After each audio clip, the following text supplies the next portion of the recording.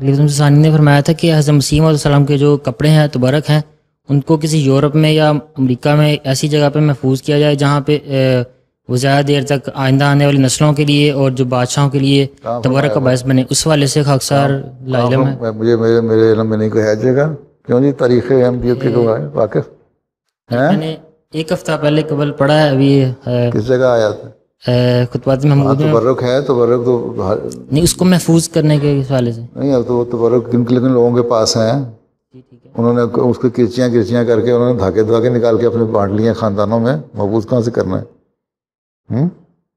ہاں بعض تبرکات ہیں. مثلا کوٹ ہے جو میں پہنتا ہوں آدمی بیت پہ ہی پہنتا ہوں وہ تبرک ہے. بلکہ اس کے علاوہ میری پھوپھی ہیں ان کے پاس ایک کوٹ تھا حضرت مسلم صاحب کو. وہ بھی انہوں نے مجھے بھیج دیا.